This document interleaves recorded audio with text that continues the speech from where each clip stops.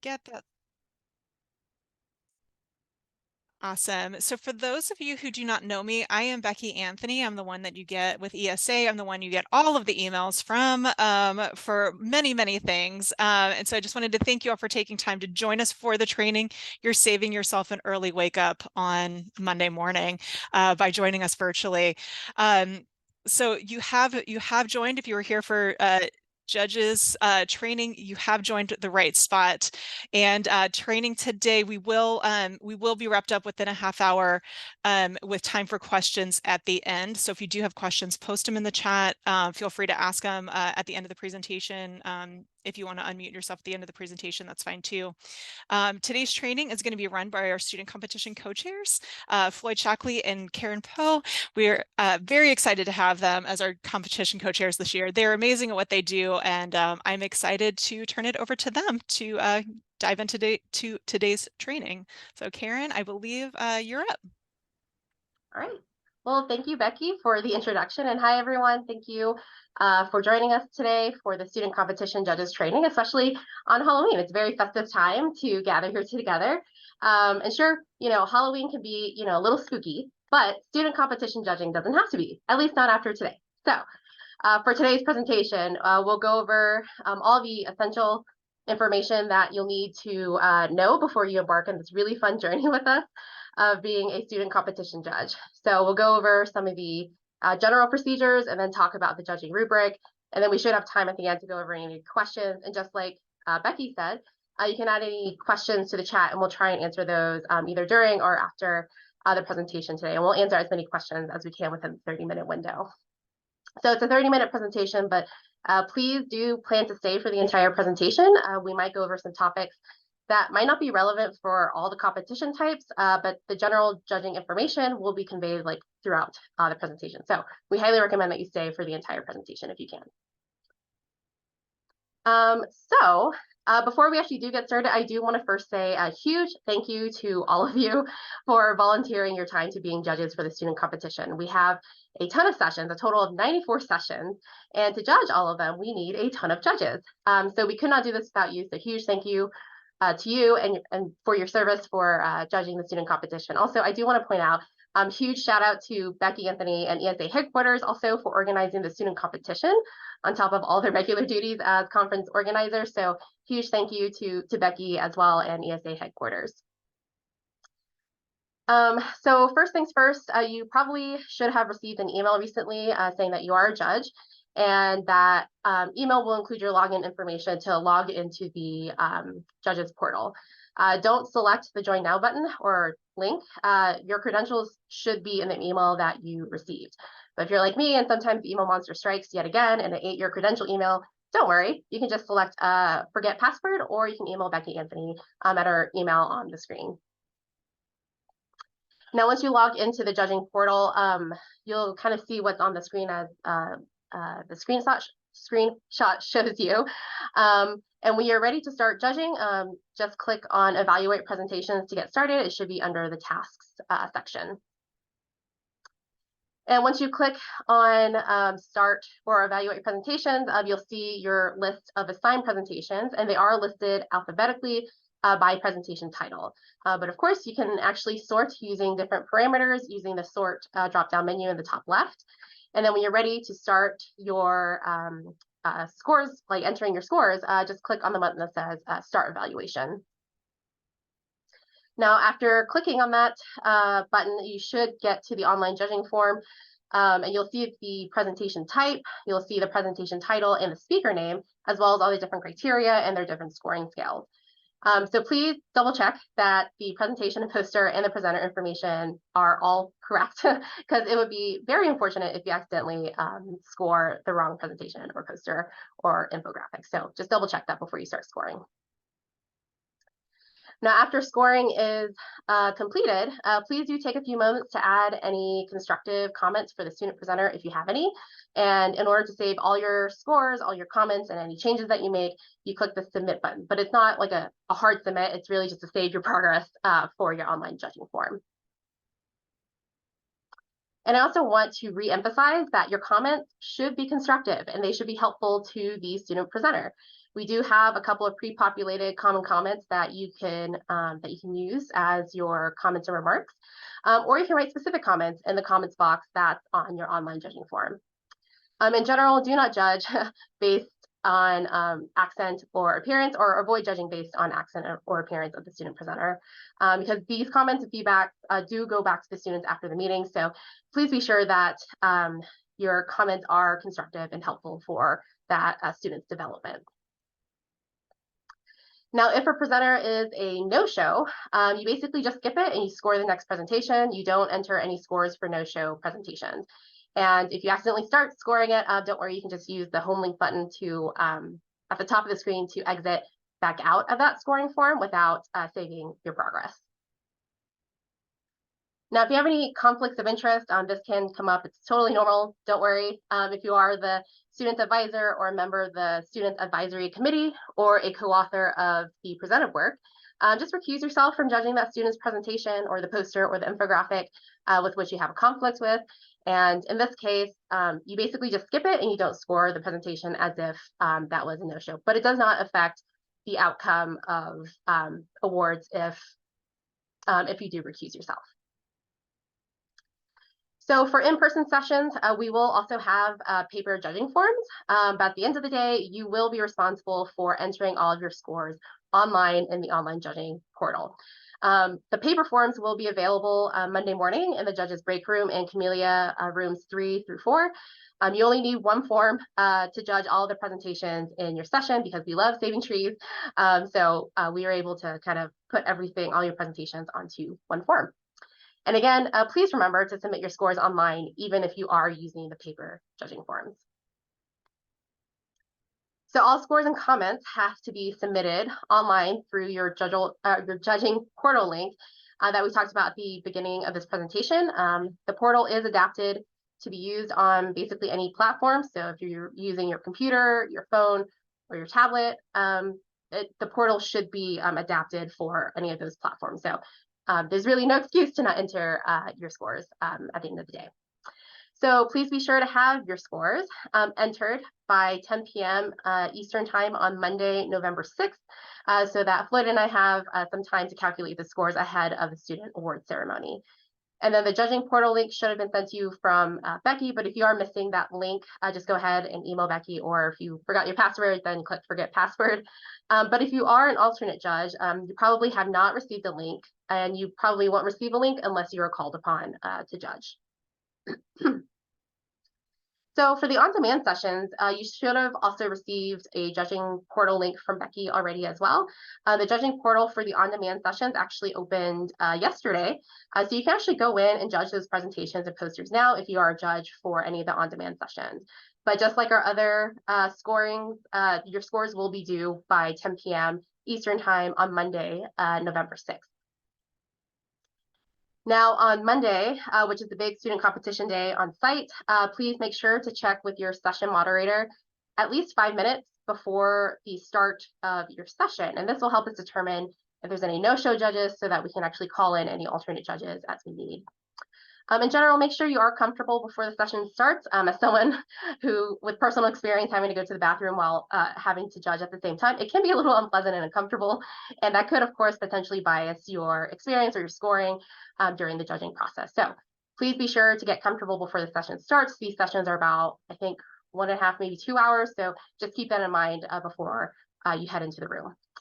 And of course, as a life pro tip in general, please keep up with scoring each presentation. It will become difficult to come back to those scores later. Again, speaking from personal experience, I thought I had a good memory. Not the best. So just speaking from personal experience. You can also check in with me and Floyd via text or email with your name and session that you're judging. Text is preferred. That's just the easiest way to get a hold of us. If you are running late to your session, or if you're going to be a no-show for some reason, feel free to contact us, or you can also find us in the judges break room in Camellia 3 to 4 to let us know or to check in. But also just make sure to check in with your moderators in the actual session room. Again, this is really just to help us determine any no-show judges and to find alternate judges as soon as possible before the session actually starts.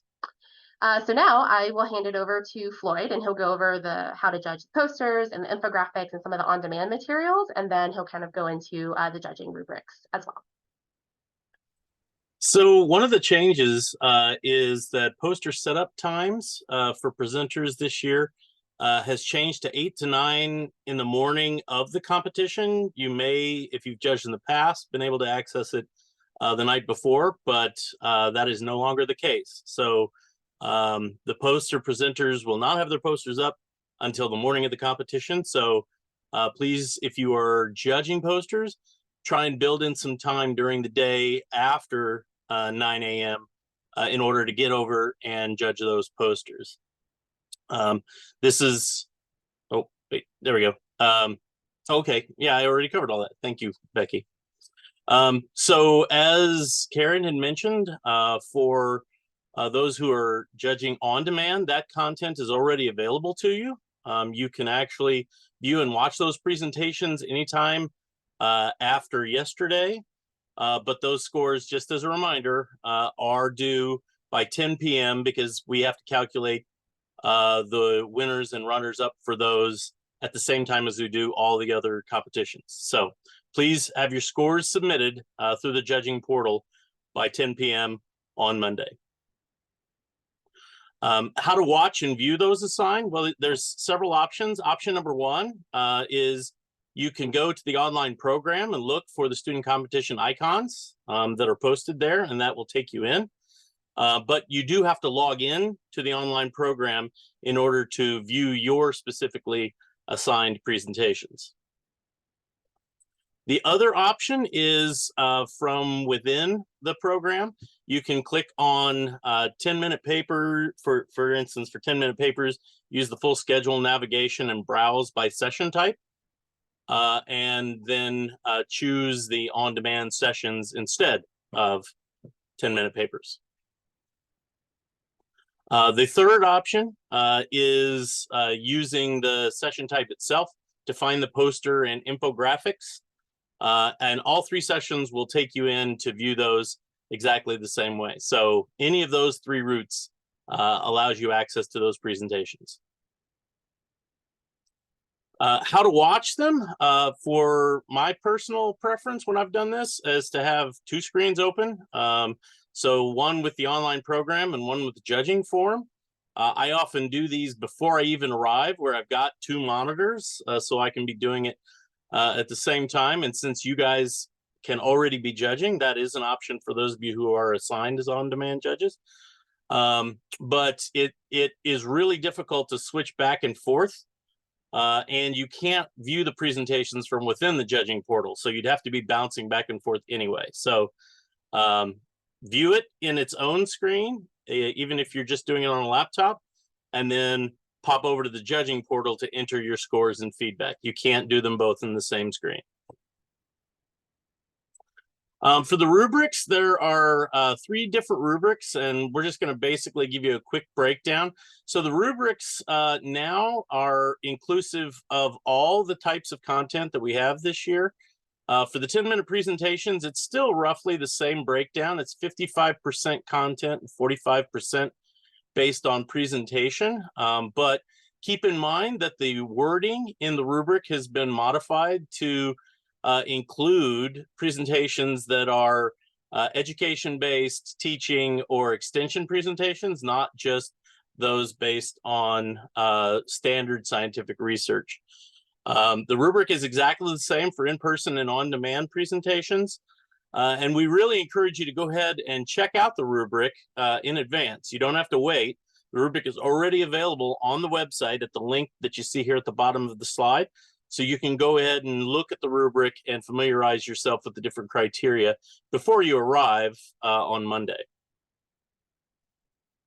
The poster presentation rubric is largely the same, except for the added language here to also allow for a more expanded inclusion of education, teaching, and extension poster presentations. But here it's 50% content and 50% presentation, and you'll score against these criteria. And once again, I highly recommend that you check that out before you arrive. And it's at the exact same link as on the previous slide. And we can potentially drop the rubric link in the chat before we depart today, so you can go check it out immediately after this. If you are doing poster presentation judging, keep in mind that students are not expected to be present. In most cases, they will not be present. And that is not part of the rubric. There is no part where you downgrade them if they're not there in order to answer questions based on the poster. Some of them may have, especially the on-demand posters, have an audio recording included with them, and that too is not part of the judging rubric. So don't include presence or absence of this optional recording as part of your judging if you are judging on-demand posters. The infographic rubric is the same as it was last year and in previous years. It too basically splits 50% content and 50% presentation. And pay attention to some of the different language here. In particular, you know, what catches your eye, what makes you want to read it. And again, I encourage you to familiarize yourself with this rubric. If you've never judged infographics, it's a little bit different than for the 10-minute presentations and posters. So make sure that you know before you look at those if you're judging those for us. Once you're complete, make sure that you have reviewed all of your assignments and that all your scores and comments have been entered in the judging portal. And then once those are completed, you click the submit button on the Evaluate Presentations homepage, and that will send it to the main system where Becky will retrieve it and get it to Karen and I for us to start crunching numbers on Tuesday morning. For those of you who are signed up as alternates, it's best that you assume that you'll be needed and be prepared to serve last minute. So we recommend that even if you haven't gotten a link yet, report to Camellia 3-4 no later than 7:50 a.m. and 10:20 a.m. for the second round of sessions on Monday morning. And stay in the room until you get the okay from either Becky, Karen, or I that the sessions have begun. In which case you are not needed and you're excused from service. So stick around until you hear us release you. Otherwise, be prepared to be assigned. And in general, we love to have people who are willing to jump into a session that may not be their specific expertise. So if you have a really good, broad understanding of entomology, feel free to volunteer to judge in a session that is outside of your expertise. If you are needed, you'll get a link and login instructions to the judging portal as you're probably walking to the room. But we're going to have the alternate judges. If you get assigned, we're going to hand you a paper copy just so that you don't have to wait for that link. You can go ahead and be scoring as soon as you hit the room. Again, our judges break room is going to be populated all morning. We're also going to be providing food, a little bit of light breakfast and coffee. So anytime after 7 a.m., you can come by if you prefer the paper form and then transcribing it to the judges portal later. You can sit there with your laptop and enter scores. If you're serving the first session, you want to come back, have a coffee while you're entering stuff, that's totally fine. But it is important that you understand that we are not providing devices for you to do that. So you have to, even if you come back, you're welcome to come back, but we don't have laptops or tablets or anything for you to do it. So you got to use your own devices. And again, make sure that you are at the room early, right before the sessions kick off. And then once the sessions have begun, if you have not been asked to serve, you're free to go and enjoy presentations throughout the convention center. Again, Karen and I will be your primary on-site contacts the morning of, but we're going to be getting a lot of texts. So if you don't say your name, we won't know who that number is. So make sure you identify yourself and the session If you have questions, or if something happens and it seems like you're not going to be able to serve, more time is always good for us to find an alternate. So text is going to be the best way to reach us once the meetings begin. And just to reemphasize what Karen said, we want to thank you all for your service. Having judged myself and Karen has judged, we know what goes into it. We know it's a lot of work, and we couldn't do all of this without you. And the students certainly appreciate all of your comments to help them do better for what could eventually be a job talk. So thank you for helping them do the best they can. And with that, we have about 10 minutes, I think, a little less than 10 minutes. If anybody has some questions. I saw one pop up in the chat.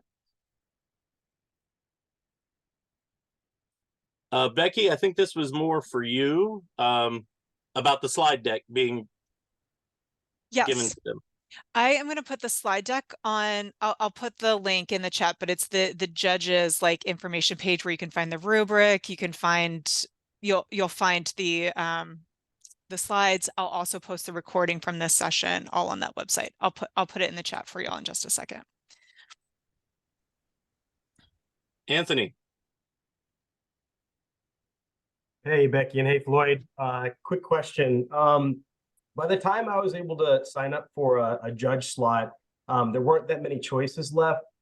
And the session that I am judging, I'm basically a co-author on one of those talks. So there might be a conflict of interest there.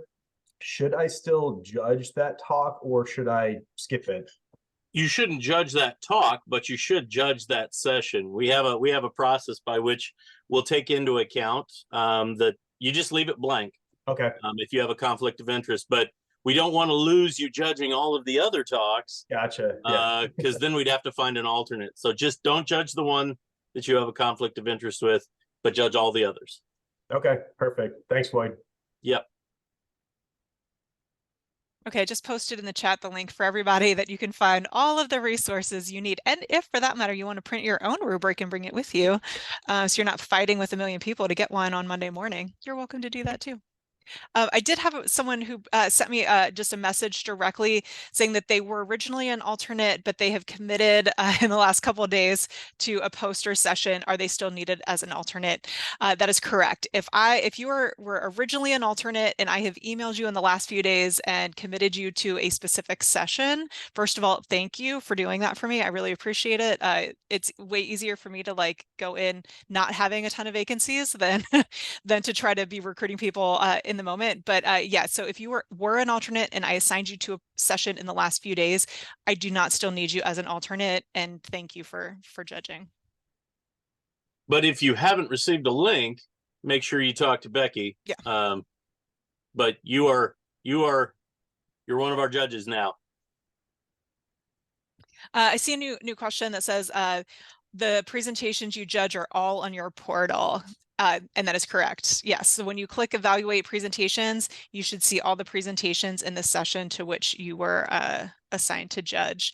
And if for some reason, because I am human and I do make mistakes, if for some reason they're missing, or you're like, this doesn't look right, or I think I might have the wrong session, please email me, because occasionally that really does happen.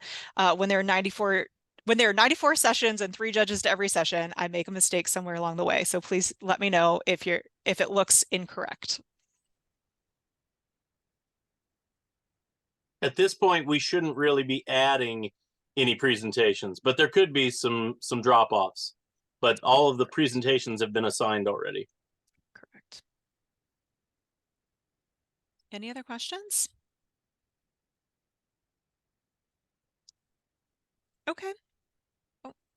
Rosie, I saw you unmute. Yeah, sorry, Rosie. Yes, that's right. I was waiting to the very last. I have not yet received a link, but as soon as this session finishes, Becky, I will email you Perfect. to see where it is. All right. Thank you. Yeah, thanks, Rosie.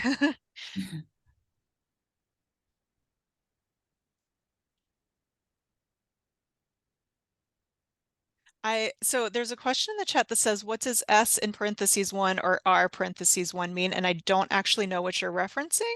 So email me with a screenshot and I will look into that and figure out what that means. I was gonna say, could it be poster location? Because I know I have like E2, I1, M2. It could be Oh, number. you're actually on the Yes. portal already. Okay. I believe it's the last name of the author. And how many there are, like there might be a couple D's or a couple R's or one S. Mine all match the last name of the author. Mine are the title. So B, it starts with bioengineering. E, it starts with effect or evaluation. Oh, Well, yes. just as a reminder, Oh, you're right. Karen Mine just- mentioned that there's many different ways to sort your list, and you're just looking at several different ways of parsing your presentations. And good work, team, figuring out it. Yeah, if they're sorted alphabetically, if it says C1, it just means there's one presentation in that particular drop down that starts with C. I don't know why. I wish I could fix that part because that's annoying to me, but thanks to the group for that one. And for posters, poster judges, you will likely see like a D3000 or D3022 or something like that. That'll actually really help you locate where they are in the hall when you go to judge. So that if you do see that in front of a poster title, that is their actual number. Natasha, I see your message there. Yes, all the scores are due, but it's not by 10 a.m. It's by 10 p.m. So give yourself an extra 12 hours to get those entered. All the scores for all of the competitions, undergrad, grad, infographic, poster, presentation, are all due at the same time, 10 p.m. Eastern time. No playing around with. Oh, and do remember that Sunday is daylight savings time change here in the Eastern US. And since you are going to be required first thing in the morning, make sure that your clock updates correctly so you don't show up an hour late. Good call, Floyd. Any other questions for us? Yes, I ask, I cannot see the slides in that link. So it's a general link. Oh, I have not posted them. I will be posting them later Okay. today or first thing tomorrow morning. Sorry, Okay. I should have been more clear. I have one more quick question. So I see the score 1 to 4, and that's I'm go quickly went quickly away. And so for 1 to 4, normally 4 is the highest score, and then go to 3 to 1. That's kind of get lower. Yes, the better the presentation, the higher the score should be. Okay. The less impressive the presentation, the lower the score should be. Is there a certain standard for like what should be 4? Should it be 3, 4, 2, 1? It is your personal judgment. Okay. I would Okay. say It's up to you. I would say, and Karen and Floyd, correct me if you feel like I'm off base here, but I would say if it is excellent for the criterion, the high pick, like if it's on a scale of 0 to 5, if it's excellent for that criterion, they get a 5. If it's very good for that, it's a 4. If it's average, it's a 3, and down to 0 being like no. Yeah, so once you get a chance to review the rubric, you'll see that it adds up to 100. So 100 is the maximum score. So every criterion, if it's an excellent presentation, is going to be at the higher end because it's all out of 100. Got it. Thank you. You bet.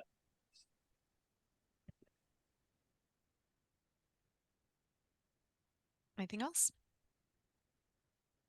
Again, keep in mind we will be available. We're going to try and keep Becky free on Monday morning because she's going to be losing her mind. So we will be in that room at 7 to answer any questions you have. One of us will have to duck out and give the in-person judging, but the other will be present. If you have last-minute questions before you head off to your sessions, you have the resources you need to be successful. So. Yeah. Awesome. Well, I've got that we are right at 3:30 on the dot. So if anybody does have additional questions, things that we didn't address here, or ones that are specific to your sessions, email us, let us know. We're happy to help. And otherwise, we will see you in just a few days on site in National Harbor. So thanks everybody for joining us, and I hope you have a great afternoon. We'll see you soon. Thanks, everyone.